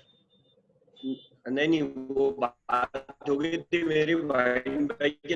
तो only thing I think which was with the government when we are doing work with the government. लेकिन अभी भी आपने जो जैसा कस्टमर ने मेरे पास गोल्ड दिया है, राइट? हाँ, तो इसमें 18 लगेगा, 5 लगेगा? कस्टमर ने दिया है तो 18 लगेगा. वो उन्होंने अभी क्लियर कट लिख के दे दिया. और मैं उसमें प्रोसेस करता हूँ मेरे शॉप के अंदर, तो then I am also the manufacturer, I am doing इधर way something in on the process, so I am manufacturer, then in that case it is 5%. No, sir. Even if you are manufacturing within your thing, but if you are receiving it from an unregistered person, see, उसका 24 carat gold आता है, वो जो pure बार आपको देता है, उसमें से आपने मान लो एक नेकलेस बना के दे दिया, तो practically you are doing only labour job. Okay, gold तो कस्टमर का है, तो अगर वो अनरजिस्टर्ड है तो 18% है, लेकिन अगर आपको कोई B2B से आता है या कोई डीलर से आता है तो 5% है. इतना बड़ा चेंज आ गया, किसी को पता भी नहीं चला है. This is they have given in writing कि अगर रजिस्टर्ड से है तो 5 है और अनरजिस्टर्ड से है तो 18 है. पर अभी सर पूरे इंडिया के अंदर अनरजिस्टर्ड से जो जॉब वर्क लिया जा रहा है वो 5% लिया जा रहा है जीएसटी उसके ऊपर, और सॉफ्टवेयर पहले एग्री नहीं थे, लेकिन अभी सारे के सॉफ्टवेयर भी 5% के हिसाब से कैलकुलेट कर रहे हैं. B2B होगा तो चलेगा. No sir, I am not talking about I am not talking about B2B. C has given to businessman. C2B and then B2B and again returning to B2C. नहीं नितिन भाई, I think in the last meeting which we had with Yogendra Garg ji, हम लोग जो ministry में गए थे, आप भी मौजूद थे, आप हॉल मार्किंग के मीटिंग में थे, तो उन्होंने तभी भी क्लैरिफाई किया था. उसके बाद तो उन्होंने सर्कुलर ही पब्लिश कर दिया. उन्होंने बोला आप थोड़े दिन रुक जाइए, सर्कुलर आ जाएगा. सर्कुलर आ भी गया उसका. ये तो कंफ्यूजन है, इसको तो परस्यू करना पड़ेगा, क्योंकि 18 और 5 में कंफ्यूजन रहेगा हरदम. और मैं आपको बता देता हूँ, ये कंप्लायंस का प्रॉब्लम आएगा. पूरे इंडिया में लोगों ने 5% ही लिया इसके ऊपर, क्योंकि सारे सॉफ्टवेयर चेंज होके 5% पे आ गए customer to businessman के पास. Most of the, I think, Nitin ji, most of the Smiths are unregistered. None of the Smiths are registered. Most of them are unregistered. No, I'm not talking about goldsmith. A customer gives you the gold to convert his jewelry into bangle, but he is giving the chain and converting it to the bangle. Then, according to Bhavin bhai, you need to pay 18% and collect 18%. But हम जब ministry में देखिए, जब हम ministry में जाते थे तो वो थे क्या नाम था उनका, वो रियाज अहमद साहब ने ओरली बोला था कि 5% लगेगा, 5% ही करिए करके. पर आपको याद है ओरली था, अपन परस्यू कर रहे थे कि सर इसको सर्कुलर निकालिए. करेक्ट. सो अभी सर उन्होंने सर्कुलर निकाला है and finally they have concluded कि अगर अनरजिस्टर्ड से है तो 18 है और रजिस्टर्ड से है तो 5% है. कस्टमर तो नेचुरली अनरजिस्टर्ड रहेगा. बिल्कुल sir. What we are doing in Karnataka, even if I receive gold, when I make a bill, I'll raise the GST for full value. So there is no question of only for the making charge. If it is given 100 grams gold, bangle, and if I make jewelry, I'll charge GST for 3%. No, Ramesh भाई, अभी पूरे India में Boolean cell हो रहा है 24 carat, क्योंकि लोगों को ज्वेलरी जो है वो बाद में बनाना आफ्टर दिवाली. तो now they are paying 3% while they buying the bullion. Then again when they want to convert their jewelry bullion to jewelry, then again they will pay 3%. Yes, that's what we are following now. So we need to pursue this matter. Ashish ji, जो नितिन भाई ने case बोला कि customer to jeweller सोना old gold दिया जाता है, उसके नया ज्वेलरी बनाया जाता है. करेक्ट. उसमें बहुत बार ऐसा होता है कि 50 ग्राम का बैंगल्स दिया और नया बैंगल 52 ग्राम्स का बना. करेक्ट. तो उसमें वो कंफ्यूजन रहता है, बहुत लोगों को मालूम नहीं. If you can just explain in that case what are the two methods. कि वो 3% किस पे लगता है, पूरे पे लगता है, कैसा लगता है, 18% कौन से में आता है, वो जरा एक बार बता दीजिए, so that the situation will be clear. Okay. Coming to your example, which you are saying that अगर 100 ग्राम गोल्ड आया है और मैंने मान लो 120 ग्राम का उसको नया ज्वेलरी उनको बना के दिया है, तो there are two options. If you can split that, so if you can gold के ऊपर आपको 3% भरना पड़ेगा, the additional 20 grams gold, और बाकी का जो 100 ग्राम है उसके ऊपर आपको 18% आएगा. लेकिन इनवॉइस में तो मैं अलग नहीं दिखा पाऊंगा ना. इनवॉइस में तो 120 ग्राम का आइटम दिखेगा. नहीं, 120 ग्राम का आइटम आप लिखोगे आपका जो है वो करके, बट देन 120 ग्राम में 100 ग्राम तो ऑलरेडी कस्टमर का ही था, आपका सिर्फ एडिशनल 20 ग्राम्स का आया हुआ है.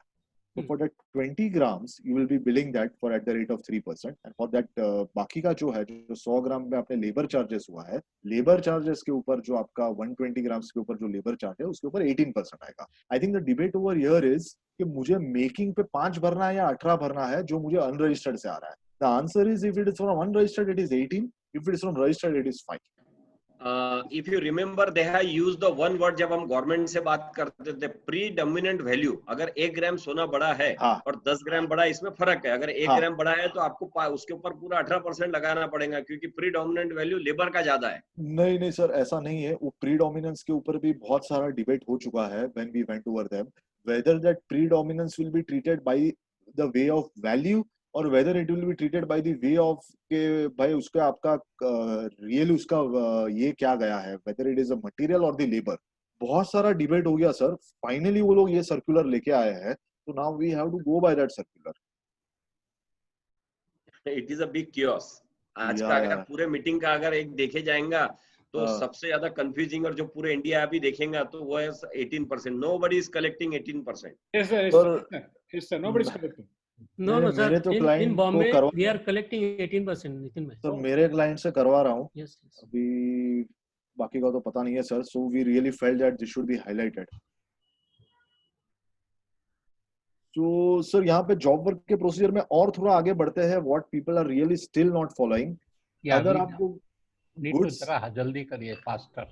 Yeah. I think this is the last slide, and I think we can close. Okay. Yeah. So if we are receiving the goods in piecemeal from the कारीगर, what will be the situation? If you are receiving piecemeal, अगर आपने 100 ग्राम दिया है और आपको मान लो सामने आ रहा है 20 ग्राम, 25 ग्राम, तो एवरी टाइम कारीगर को आपको एक चलान इशू करना पड़ेगा. जो अपने केस में नहीं होता है, कोई भी कारीगर चलान इशू नहीं करता है, अपन सेल्फ चलान इशू करते हैं, रिसिप्ट वाउचर बनाते हैं. तो that system also we need to bring.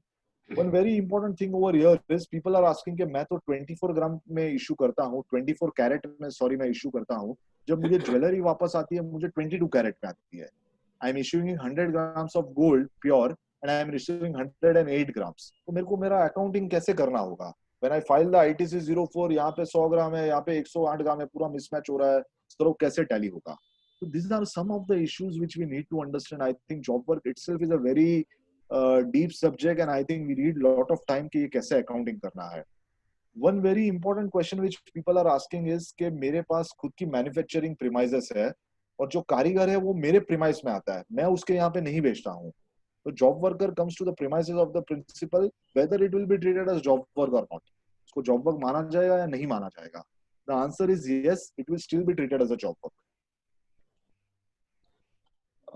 Waste and scrap, I think this is the last slide which we can take and we can close it then. Waste and scrap, there are two types. One is recoverable, other is not recoverable. If waste and scrap is recoverable, उसके ऊपर 3% GST आएगा. Non recoverable है, process loss है, उसके ऊपर GST नहीं आएगा. Process loss, I think Ashok bhai, if you are getting late, we can stop over here. Okay. Yeah. So Ramesh can take over. I think most of the cases we are getting doing extensively. Probably we may need one more session on these things. I think basically, as Nitin sir told, everybody is told, we have an issue with the old gold treatment and the job work. I think we should give a government that even ITC 04, I think none of us filed because we have a problem with the software also, which is not able to do it. I think we should give a representation. But I feel I will advise all the jurors to have a consult with your people, your accountant, to see that everything is properly. Otherwise, the penalties are very huge, which we should avoid. I think I thank Mr. Bhavinji. I think you have given a great enlightenment on GST, even though we feel it is a lot of things are issued, but still we have a lot to go. Even now also you're telling still we are in a dark. Even though we are big corporates and all, some of things we are not following. Now we came to understand. So I think if possible, I think Mindspeak will have one more session on the job work and whatever this liquid. Then we'll try to do it. Thank you, Bhavinji. You're giving a lot of time for this. Thank you, Ramesh, for getting us this subject of discussion, and I think it was a really fruitful discussion. बहुत सारे प्रश्न किसी को mind में नहीं थे, वो भाविन जी ने सबके सामने लाए हैं और आई थिंक एक बहुत इंटरेस्टिंग रहा है और बहुत सारे प्रश्न लोगों के रह भी गए हैं और मैं मानता हूं कि 1.5 घंटा एक इनफ टाइम नहीं होता है सेमिनार का, लेकिन 1.5 घंटा से लंबा किसी का वेबिनार आज तक मैंने देखा नहीं है. एंड माइंडस्पीक का सबसे लंबा वेबिनार होता है और वो 1.5 घंटा क्रॉस ही हो जाता है हर वक्त. But I think at the end of the day, jab tak, as long as there is a lot of good brainstorming and a good discussion happening, I think it is fruitful for everyone. I also thank Bhavin Bhai. Bhavin ji, can you share your all the great work? PPT in our Mindset Web 6. Ashok ji, can we put his... I will put a PPT on the Mindspeak groups. Not an issue, Yeah, that is very much needed. Done. Thank you very much, Bhavin Bhai. Okay. Thank you, Ashok Bhai. Thank you, everyone. Thank you, sir. Thank you, everyone. Thank you. Good night and have a wonderful day. We'll see you again. Yeah. Good night. Next Sunday at 6:30 p.m. Till then, have a wonderful day. Yeah. Stay safe. Bye-bye. Stay safe. Thank you. Stay home and do good business. Bye-bye. Thank you. Good night. Thank you.